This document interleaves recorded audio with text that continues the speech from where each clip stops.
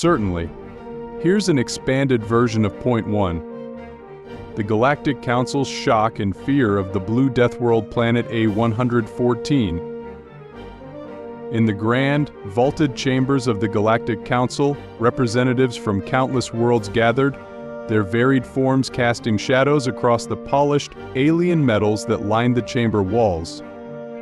The Council was a coalition of the universe's most advanced civilization species that had overcome their planet's environmental trials and reached the stars, joining together to maintain peace, trade, and explore the galaxy. Yet today, the usually lively atmosphere was subdued, thick with apprehension.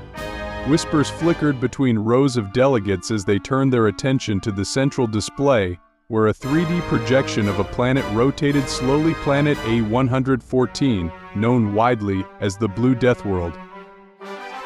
Its surface glistened in vibrant hues of deep azure and cobalt, cut through with swirling white clouds and dark, jagged mountain ranges. A cold beauty emanated from the image, a captivating allure that could draw one in, only to reveal the lurking danger beneath. A114 had remained uncharted for millennia, orbiting a dying star in a desolate sector far from the usual trade routes. But what initially intrigued explorers about this blue world had soon transformed into dread as mission after mission ended in catastrophe. Over time, its name evolved from the sterile A114 to the more infamous Blue Deathworld, a title that spread fear among the galaxies. The planet was infamous for its violent storms, air that was somehow both corrosive and icy, and life forms that appeared designed to eviscerate anything unfamiliar. 3 expeditions, each representing some of the most resilient species known to the galaxy, had attempted to set foot on A114, and each had ended in absolute failure. Even the Delcrathians, who were capable of withstanding sub-zero ice storms, were overwhelmed by its biting winds and toxic atmosphere. Survivors were rare, and those who returned came back scarred, some physically altered, others psychologically shattered. There was a haunting silence in the records that detailed the failed explorations, as if words could not capture the terror of what they had encountered. In the council chambers, footage of past missions played on, showing faint blips of sensors and recordings of frantic, desperate voices before static overwhelmed the audio feed. The grim records were a reminder of A114's relentless hostility and the price it exacted from any species that dared to tread on its surface. Counselors sat in silence, some wrapping their tendrils or appendages protectively around themselves, others with nictitating membranes closing over their eyes as they absorbed the footage. Each species that had previously attempted exploration had come to the same conclusion: A114 was a planet beyond survival. To even set foot on it was to court inevitable death. It was in this atmosphere of dread that the humans made their announcement. A lone Terran representative stood before the council, a figure surprisingly small and unassuming compared to the towering beings around him. In his hand he held a holographic projection of the planet, studying it with something the council did not expect to see: interest, even a hint of eagerness. When he spoke, his voice was calm and firm, carrying a hint of excitement that baffled his audience. "We volunteer to explore A114, the human said simply, and the effect was immediate. Gasps and whispers rippled through the assembly, an odd sound when made by so many different species. Some of the more fragile council members recoiled, flaring spines or flicking wings in shock. The concept was unthinkable. For the seasoned members, A114 was a symbol of the universe's darkest reaches, a reminder that no matter how far technology had advanced, there were still places beyond their comprehension. And here was a human, casually announcing their intent to face it. "Are you aware of the risks?" Terran asked the Grand AK ambassador, a stoic figure with multifaceted eyes and a voice that reverberated in deep, unsettling tones. 3 other expeditions have failed, from species with lifespans and resilience that far surpass your own. A114's atmosphere corrodes metal on contact, its storms burn and freeze.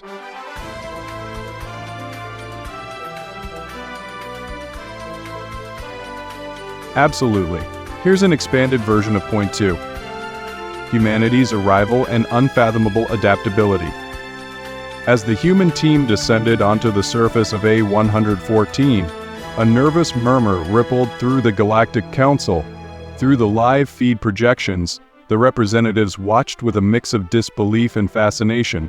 4 human explorers, clad in sleek, lightweight suits that seemed almost too fragile for the brutal conditions of the Blue Deathworld, emerged from their landing craft. Unlike the heavily armored suits of past expeditions, the humans wore nothing more than thin, flexible layers easily worn and removed. The suits were clearly designed not for defense, but for adaptability. They were covered in intricate patterns of reactive polymers and mesh, their surfaces shimmering with an almost unnatural fluidity. From the very first steps, it was clear the humans were different. While other species had tried to conquer A114 by brute force, relying on the most advanced shielding and protective technology their civilizations had to offer, the humans took a more novel approach. They embraced the planet's ferocity. Their suits, though lighter, incorporated advanced biomonitoring systems that adapted to the specific threats of the environment in real time. Rather than trying to outfight AE-114's hostile terrain, the humans seemed to flow with it, blending their technology with the world's merciless rhythm. One of the explorers, Dr. Alina Rivers, was quick to address the viewers back at the council. "We don't aim to dominate E-114, she said through a crackling but steady transmission, her calm demeanor striking against the planet's relentless backdrop of stormy skies and rumbling earth. "We aim to understand it, we'll adapt as we always have." The first few days were spent in cautious observation. With every step on the crystalline, blue-tinted ground, the explorers encountered new challenges. The air itself was poisonous, carrying high levels of sulfur dioxide that would have incapacitated any other species within minutes. Yet the humans did not falter. Dr. Rivers and her team wore special filtration systems that constantly adjusted to the fluctuating air quality. At first, the sensors buzzed as their suits struggled to cope with the toxic levels, but soon they stabilized.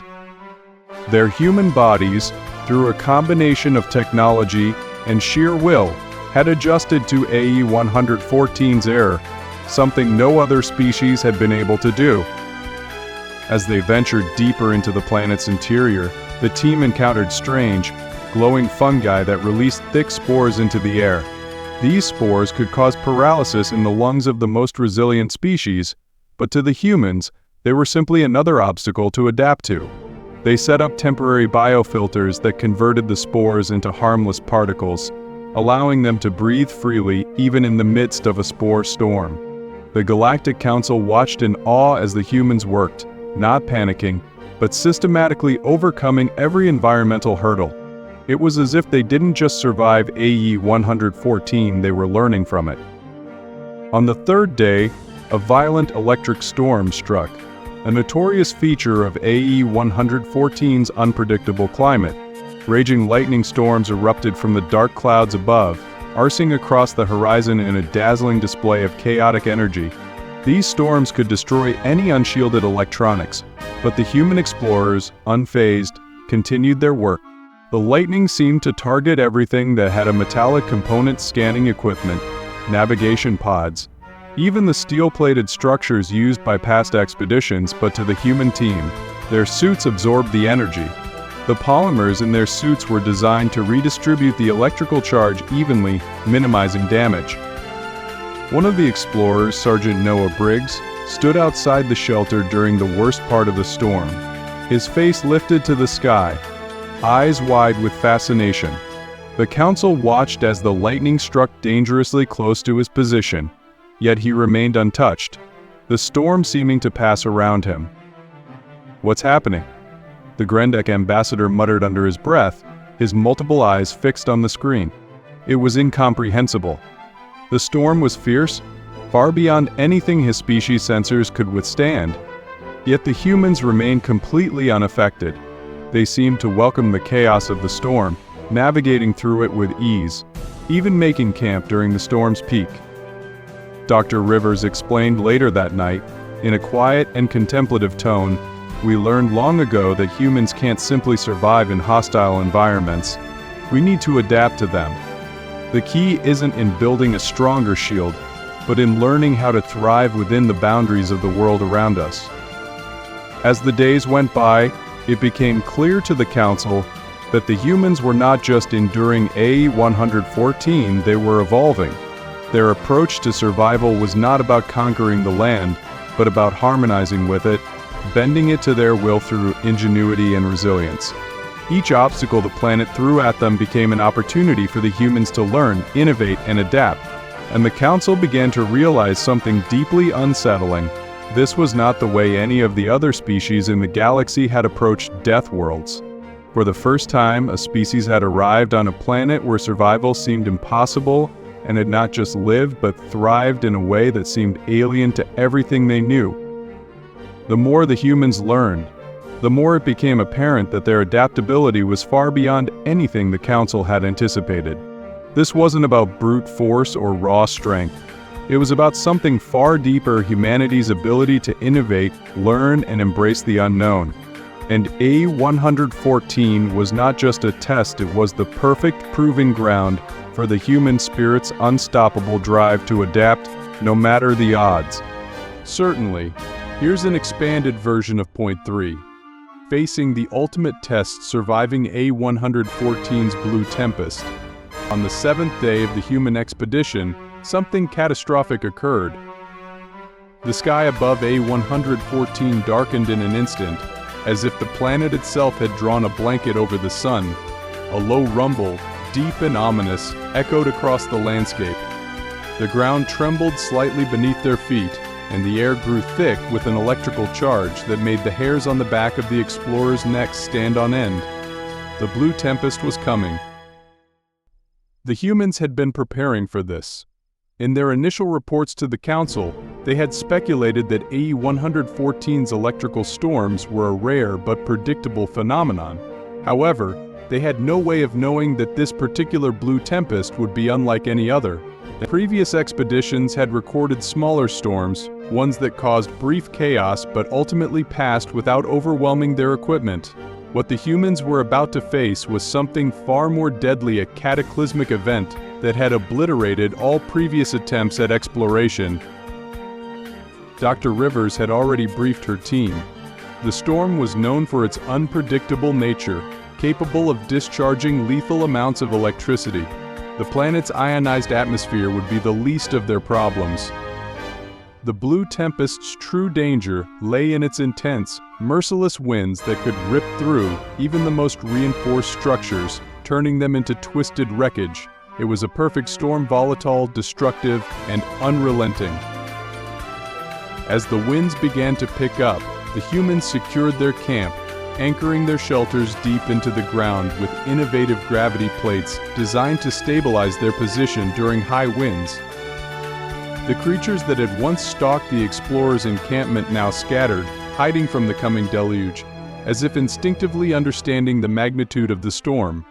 However, the human explorers remained calm, focused, and eerily composed in the face of the impending disaster.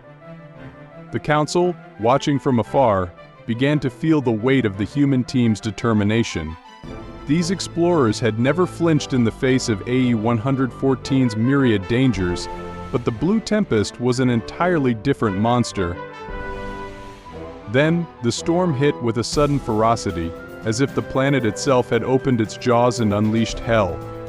The wind roared, shrieking through the landscape, carrying with it sheets of blinding rain, ice, and jagged bolts of electricity that flashed like celestial spears across the sky. The humans were immediately forced into their shelters as the wind threatened to tear them apart. The storm's force felt as though the entire atmosphere had become a weapon. The human suits beeped in alarm, their integrated systems fighting to compensate for the crushing pressure, but the explorers' resilience seemed to shine through. Dr. Rivers quickly issued commands, her voice steady as she guided her team through the chaos. Each human knew their role, and their training had prepared them for moments like this. Their suits, reinforced with adaptive polymers that could absorb and redistribute electrical energy, began to glow with faint, pulsating patterns. The energy surges from the tempest were intense, but the suits designed to channel and diffuse the high-voltage shocks kept the human team safe from the worst of it. As the storm raged, one of the human explorers, Sergeant Noah Briggs, stepped outside the shelter. His actions were deliberate, controlled every movement calculated to work with the storm rather than against it. Incredibly, he did not retreat into safety, but instead stood tall, facing the fury of the tempest. His suit glowed brighter as he braced against the wind, his body perfectly aligned with the planet's chaotic energy. His reasoning was simple in A114, nothing could be conquered with brute strength. The planet had shown them time and time again that survival was a matter of understanding, learning, and adapting. This was a world where survival wasn't just about being the toughest or the strongest, it was about responding to the challenges of the environment with creativity and flexibility. The lightning strikes from the tempest, which would have vaporized most technology or rendered even the hardiest species lifeless, seemed to swirl around Sergeant Briggs, as if drawn to him by some unseen force. The energy, rather than overwhelming him, was redirected through his suit, flowing harmlessly into the ground beneath him. Incredibly, Briggs seemed to be using the storm's power to charge his equipment, taking advantage of the tempest's energy rather than trying to avoid it. He wasn't just surviving, he was thriving in the storm's very heart. The Galactic Council watched in stunned silence as Briggs's figure became a beacon in the center of the storm. Their eyes widened as they realized the full extent of what they were witnessing. This was no ordinary human, it was a living example of humanity's ability to not only survive but adapt in the most extreme of environments. The humans had turned what should have been a death sentence into an opportunity. For several hours, the tempest continued to batter A114's surface, but the human team held firm. Their shelter remained intact, their equipment remained functional, and most shockingly, their spirits remained unbroken. Every time the lightning struck, it did so with less and less intensity, as if the humans were gradually altering the storm's natural flow. In a strange, almost poetic fashion, the blue tempest seemed to yield, slowly growing weaker in the face of humanity's ingenuity. The storm finally passed, leaving the planet's surface scorched and littered with debris.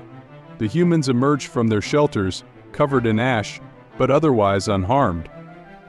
Their suits, still intact, had absorbed much of the electric surge, and their bodies had grown accustomed to the violent atmospheric changes. They had faced the most dangerous force A114 could offer, and had not only survived but had found a way to make the storm work for them. As the council members observed the aftermath through the live feed, a deep unease began to settle over them. The Blue Tempest, once thought to be a force of nature capable of destroying entire species, had been overcome by humans. The council had seen civilizations crumble before the storm's wrath, but here were these fragile creatures, small and unassuming, standing defiant, unscathed, and determined. It was clear now the Blue Tempest was no longer the harbinger of destruction. To the humans, it was merely another challenge to be met, understood, and ultimately mastered. The Council realized that humans had done what no other species in the galaxy had been able to do. They had bent the wild fury of a Deathworld's most deadly phenomenon to their will. And in that moment, a seed of fear and awe began to grow within the hearts of the Council. Perhaps, after all, humans were the true masters of survival.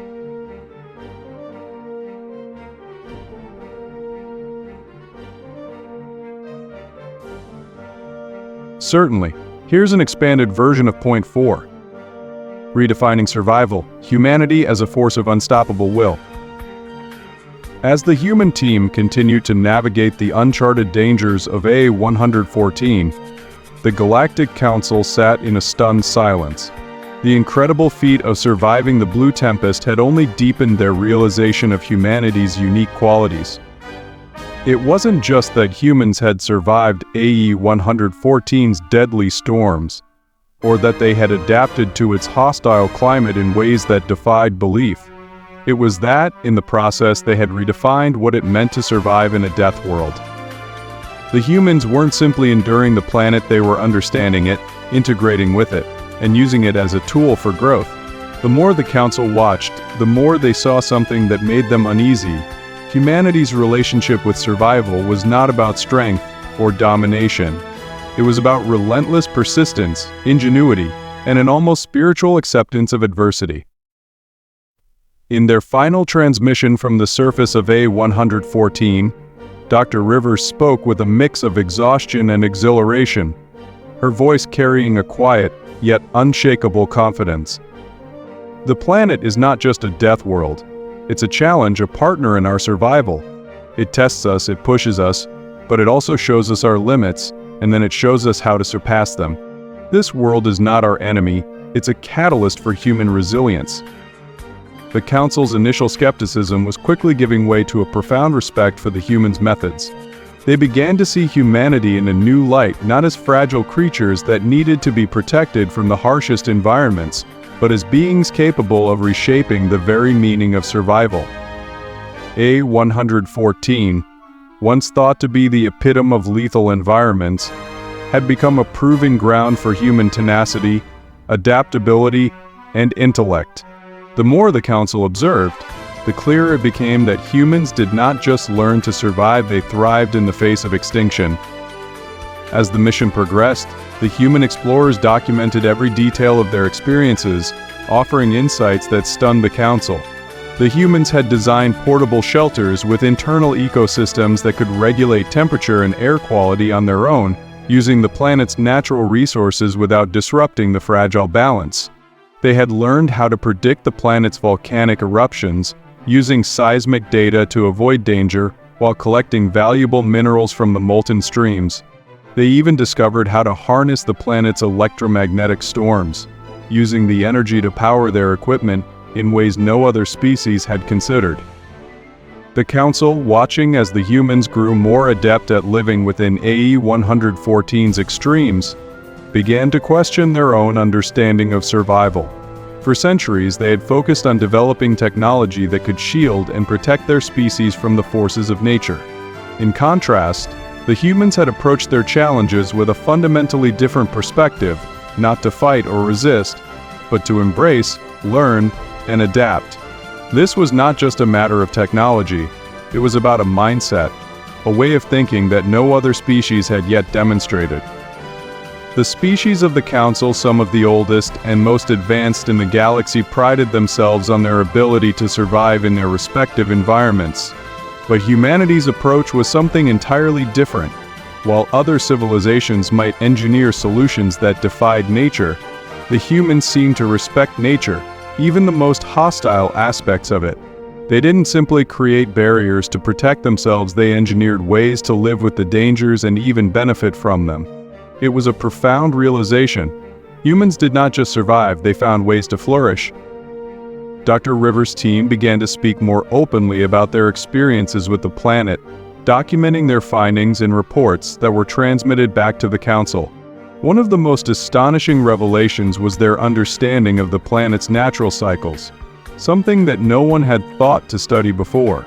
A-114's storms and hazardous ecosystems were not random, they followed a rhythmic pattern. By observing the way energy flowed across the atmosphere, the humans had devised a way to predict and even manipulate the planetary cycles to their advantage. The reports from the humans soon began to change the very framework of scientific inquiry within the Galactic Council. What had been viewed as a planet of death now became a fascinating study in resilience. The humans had uncovered a hidden truth.